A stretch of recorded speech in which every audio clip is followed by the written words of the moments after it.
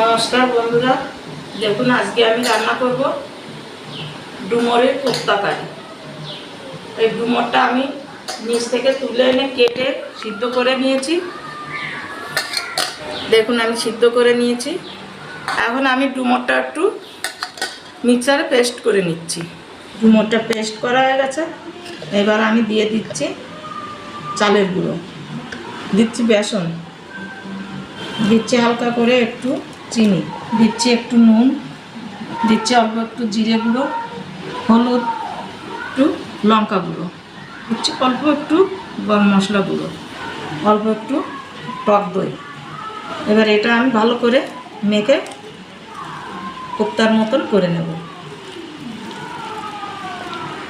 সব কিছু আমার মাখা হয়ে গেছে। দেখুন আমি গ্যাস ধরিয়ে কড়াই বসিয়ে দিয়ে পট করে তেল দিয়ে দিয়েছি। তেলটাও গরম হয়ে গেছে। এবার আমি এইভাবে কোপ্তাগুলো রেডি করে ভেজে নিচ্ছি।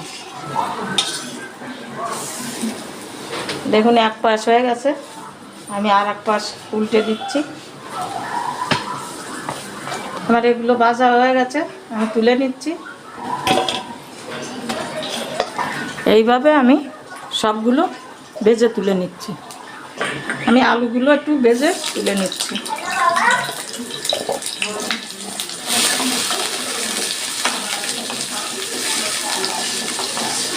আমি আলুতে একটু নুন দিয়ে দিচ্ছি, অল্প একটু হলুদ দিয়ে দিচ্ছি।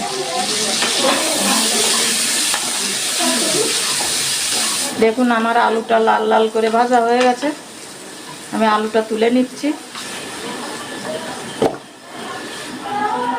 এই তেলের মধ্যে আমি আর একটু তেল দিয়ে দিচ্ছি একটা শুকনো লঙ্কা, দিচ্ছি দুটো এলাচ, দুটো দারচিনি, একটা তেজপাতা, অল্প কটা সাদা জিরে। এবার দিয়ে দিচ্ছি আমি একটা টমেটো কুচি। এর মধ্যে দিচ্ছি আমি একটু ধনে গুঁড়ো, একটু জিরে গুঁড়ো, দিচ্ছি একটু লঙ্কা গুঁড়ো,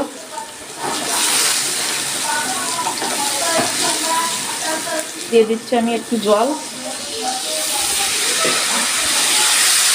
দিচ্ছি একটু হলুদ গুঁড়ো, দিচ্ছি অল্প একটু চিনি, দিচ্ছি একটু টক দই, দইটা আমি ফেটিয়ে রেখেছি।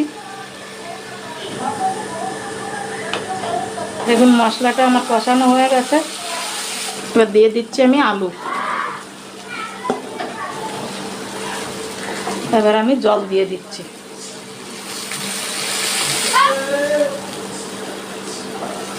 আমি দিচ্ছি স্বাদ মতো নুন।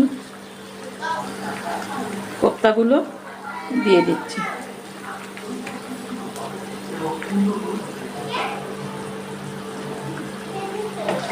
দেখুন আমার রান্নাটা প্রায় হয়ে গেছে। আমি এখন দিয়ে দিচ্ছি একটু গরম মশলা। আমি দিয়ে দিচ্ছি অল্প একটু ঘি। এবার আমি গ্যাসটা অফ করে একটু ঢাকা দিয়ে রাখছি। আর এই রান্নাটা যেভাবে করলাম এইভাবে আপনারাও করে খেয়ে দেখবেন, খুব ভালো লাগবে। ভালো লাগলে আমাকে একটু জানাবেন।